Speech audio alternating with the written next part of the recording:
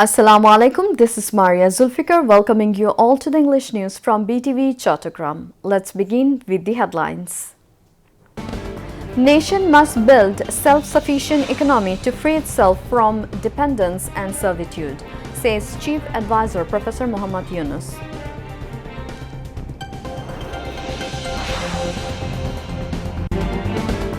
Meeting international demand in RMG sector essential to survive in competitive environment, say experts.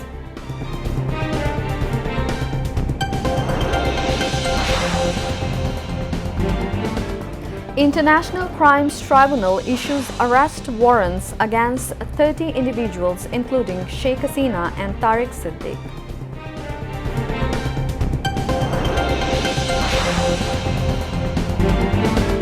BNP delegation meets European Union ambassador to Bangladesh.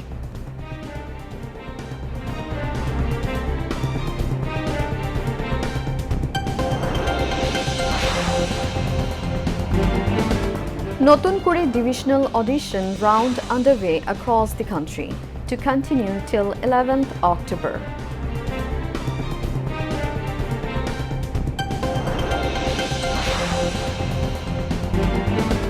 Hamas demands a complete withdrawal of Israeli forces from Gaza in Egypt peace talks.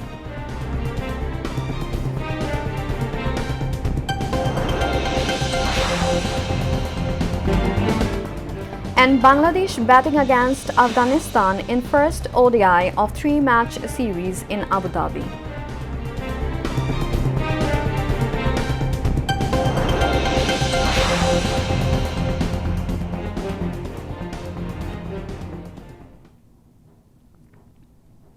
Viewers, those were the headlines. Now moving on to the details.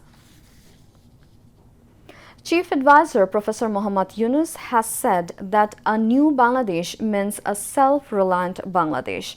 He emphasized that by harnessing youth power and creativity, the nation must build a self-sufficient economy to free itself from dependency and servitude. He made these remarks while presiding over a meeting of the National Steering Committee formed to implement and monitor the Smooth Transition Strategy, which aims to ensure Bangladesh's smooth and sustainable graduation from the LDC status. The meeting was held today at the Chief Advisor's office. The Chief Advisor stated that the nation must become self-reliant and therefore it is essential to overcome dependency as soon as possible. During the meeting, discussions were held on increasing the current 6% incentive to create more employment opportunities in the ICT sector. Professor Yunus একটি introductory ভাষণ দেন। উপদেষ্টা বলেন, আমাদের কাছে এটা পরিষ্কার হতে হবে যে আমরা আর পরনির্ভর হতে চাই না, আমাদের স্বনির্ভর হতে হবে। এখন যেহেতু পরনির্ভর হয়ে আছি, এর থেকে যত তাড়াতাড়ি সম্ভব বের হওয়ার দিকে মনোযোগ দিতে হবে। এর বাইরে আর আমাদের কোনো বিকল্প নাই। এজন্য আমাদের অভ্যাস পাল্টাতে হবে। আত্মনির্ভর হতে গেলে বুদ্ধি খাটাতে হবে, পরিশ্রম করতে হবে, লড়াই করতে হবে। এটা কঠিন হলেও এ কাজে আনন্দ আছে। আমরা যে নতুন বাংলাদেশের কথা বলি, নতুন বাংলাদেশ মানে হলো স্বনির্ভর বাংলাদেশ। এই জাতির যথেষ্ট ক্ষমতা আছে নিজের পায়ে দাঁড়ানোর জন্য। তারুণ্য, সৃজনশীলতা আমাদের শক্তি, এই শক্তি আর সুযোগ আমাদের আছে। এটাকে কাজে লাগাতে হবে। আত্মনির্ভর অর্থনীতি গড়ে তুলে জাতিকে দাসত্ব থেকে মুক্ত করতে হবে। আমরা দাসত্বের মধ্যে থাকতে চাই না। অনেকগুলো বিষয় এসছে। ইম্পোর্ট পলিসির কথা বলা হয়েছে। ইম্পোর্ট পলিসির ক্ষেত্রে জানানো হয় যে খুব শীঘ্রই ইম্পোর্ট পলিসি 2026 থেকে 2028 এটা ইম্পোর্ট পলিসি এটা ডিক্লেয়ার করা হবে। ভিসার বিষয়ে চিফ অ্যাডভাইজার জোর দিয়ে বলেছেন যে আমরা ভিসা বিষয়টা যেহেতু কিছু কিছু জায়গায় জটিলতা হচ্ছে এবং জটিলতা মূলত পূর্বের গভর্নমেন্টের সময় থেকেই, তো সেই জটিলতার জন্য উনি এক্সট্রা এফার্ট দিতে বলেছেন ফরেন মিনিস্ট্রিকে। পূর্ব ইউরোপীয় দেশগুলোতে আমাদের নতুন নতুন শ্রম বাজার তৈরি হচ্ছে, আইসিটিতে প্রচুর জব তৈরি হচ্ছে, যদিও অনেক সময় এই জবগুলো দৃশ্যমান না। এই জবগুলোর জন্য যেটা ছিল আগে যে আইসিটিতে 6% ইনসেন্টিভ দেওয়া হতো, এখন আজকের মিটিংয়ে বলা হয়েছে যে 6% ইনসেন্টিভ কিছু কিছু যেগুলো আছে যে পুরনো বা লেগাসি সেক্টর, সেগুলো ইনসেন্টিভ কমিয়ে, তো ইয়ার যে ফ্রন্টিয়ার টেকনোলজি নিয়ে যারা কাজ করছেন তাদের ইনসেন্টিভটা 6%-এর চেয়েও একটু বাড়িয়ে দেওয়া হবে আর কি। আর উনি হাই স্ট্যান্ডার্ড সায়েন্টিফিক এডুকেশনের কথা বলেছেন। উনি বলছেন যে বাংলাদেশের ইউনিভার্সিটিগুলো অনেক বেশি বিবিএ তৈরি করছে, যেটার আসলে মার্কেটে একটা ওভার সাপ্লাই হয়ে গেছে, কিন্তু আমাদের সত্যিকারের দরকার খুব সায়েন্স এডুকেটেড আমাদের গ্র্যাজুয়েটস দরকার। চিফ অ্যাডভাইজার 12 তারিখে রোমে সফরে যাচ্ছেন। ওয়ার্ল্ড ফুড ফোরামের একটা গ্লোবাল মিটিং আছে, এখানে উনি ইনভাইটেড, ওদের মিটিংগুলো থাকবেন এবং সেখানে উনি বক্তব্য দিবেন। এছাড়া উনি এই মিটিংয়ের সাইড লাইনে অনেক হাই প্রোফাইল ব্যক্তির সাথে ওনার মিটিং হবে। The meeting also discussed issues related to the country's import policy and the removal of visa complications in Eastern European countries. After the meeting, Press Secretary to the Chief Advisor Shafiqul Alam briefed journalists at the Foreign Service Academy. Members of the Advisory Council, the Chief Advisor's special assistants, concerned secretaries, heads of various financial institutions, and leaders of business organizations attended the meeting. About 80% of Bangladesh's export earnings come from the ready-made garment sector. Competition in the global market is intensifying day by day. To survive in this competitive environment, meeting international demand, managing production in an organized way, and ensuring sustainable transformation through digitalization have become essential for the RMG sector. This process can enhance production capacity by reducing time, cost, and wastage. Analysts say that digitalization will prepare the garment industry to face the challenges of the fourth industrial revolution. However, experts also emphasize the need for research and the development of skilled manpower to ensure sustainable progress. Digital technology will not only benefit large industries but also help small and medium entrepreneurs become more profitable. As the demand for small orders and high-value apparel continues to grow, digitalization is seen as the most effective tool for building a balanced industry. According to industry stakeholders, digital transformation will increase export volumes and strengthen the confidence of buyer countries. However, to make this transformation successful, government support and proper investment are essential.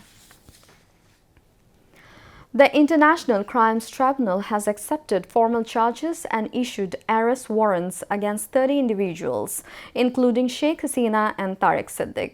Arrest warrants have been issued in 2 cases related to enforced disappearances that allegedly took place under the fascist Awami League regime at the Task Force Interrogation Cell, TFI, and the Joint Interrogation Cell. A 3-member bench of Tribunal 1, headed by Justice Ghulam Mortuza Mozumdar, issued the order today. This is the first enforced disappearance case taken into cognizance by the reconstituted International Crimes Tribunal since its formation in a new format on August 5. Earlier in the morning, victims and families of those allegedly disappeared during the fascist Awami League regime appeared before the tribunal. Later, Chief Prosecutor Muhammad Tajul Islam briefed journalists saying that those who carried out enforced disappearances, torture and killings while drawing government salaries and wearing uniforms bear individual responsibility, not that of any particular force. He also stated that regardless of which force they belong to, no one will be exempted from justice in establishing the rule of law. Meanwhile, in another case, the Tribunal 1, led by Justice Ghulam Mortuza Mozumdar, completed cross-examination of the final witness in a crimes against humanity case against Sheikh Hasina and 2 others. At the same time, Tribunal 2 recorded testimonies in a case concerning the burning of 6 bodies in Ashulia. Additionally, the tribunal has accepted formal charges and issued arrest warrants against 4 individuals, including BGB officer Lieutenant Colonel Ridwanul Islam, in a crimes against humanity case over the killing of 28 people in Rampura, Dhaka during the July 24 mass uprising. The prosecution, represented by prosecutor Farooq Ahmed, submitted these charges to the Registrar of International Crimes Tribunal 1 earlier today. Subsequently, the tribunal took the charges into cognizance and issued the necessary orders.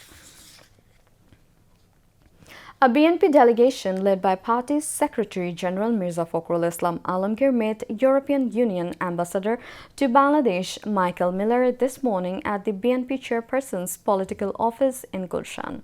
BNP Standing Committee members Dr. Abdul Moin Khan and Amir Khosru Mahmud Chaudhry, along with Shama Obaid, a member of the party chairperson's advisory committee on foreign affairs, attended the meeting.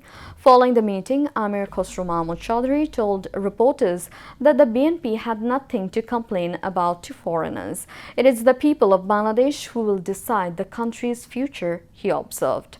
Amir Khosru Mahmud Chaudhry further said that the BNP would welcome EU election observers if they decide to monitor the upcoming national polls. Notun Kuri, the popular talent hunt, the signature program of Bangladesh television, is currently holding its divisional selection round after the completion of the initial screening phase. The audition round of this competition is taking place simultaneously across all divisions of the country and will continue until October 11. From this divisional rounds, 960 contestants will advance to the final selection phase. On the 5th day of the divisional selection, the television center became vibrant early in the morning with the presence of enthusiastic participants, children, teenagers, and their parents.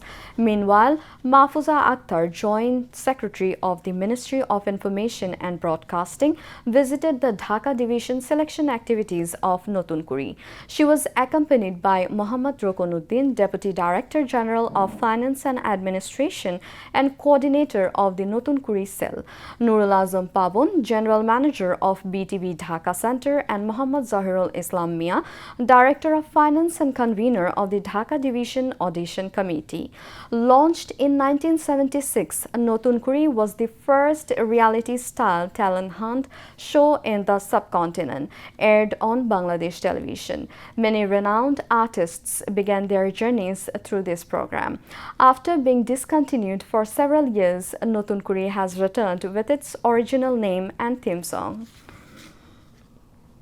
Meanwhile, Joint Secretary of Information and Broadcasting Ministry Muhammad Altaf Hussain visited divisional round of the audition of Notun Kuri in Chattogram. He visited the audition round of Chattogram 1 region at District Shilpakala Academy this afternoon. Btv-Chattogram Center General Manager Muhammad Imam Hossain, BTV Program Director Muhammad Asghar Ali, and BTV officials were present on the occasion. Visiting the audition round, Joint Secretary Muhammad Altaf Hussain said, being resumed after a long time, the audition of Notun Kuri has received great response across the country. The creative children will have the opportunity to expose their talent through this program. নতুন কুড়ি অনুষ্ঠানটি সূচনা হয়েছে। এর মাধ্যমে আমাদের ছড়িয়ে ছিটিয়ে থাকা যে ক্ষুদে শিল্পীরা আছে তারা তাদের চমৎকার একটা পরিবেশ পাবে এবং প্রতিযোগিতার মাধ্যমে তারা ভবিষ্যতে দেশে বিদেশে নিজেদেরকে উচ্চ পর্যায়ে নিয়ে যাবে এবং যেটি দেশের জন্য আমাদের সম্মান বয়ে আনবে।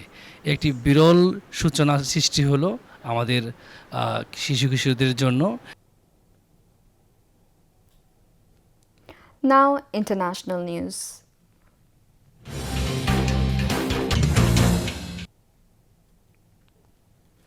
U.S. Special Envoy Steve Witkoff and U.S. President Donald Trump's son-in-law Jared Kushner will join Gaza peace plan talks between Israeli and Hamas negotiators in Egypt today. Their arrival comes as a second day of indirect talks on Tuesday ended without tangible results. A senior Palestinian official familiar with the negotiations told the journalists. Trump struck a positive tone as Israelis marked the second anniversary of the 7 October Hamas-led attacks on their country, saying there is a possibility that we could have peace in the Middle East. Israeli Prime Minister Benjamin Netanyahu did not comment on the status of the talks, but told Israelis they were in fateful days of decision.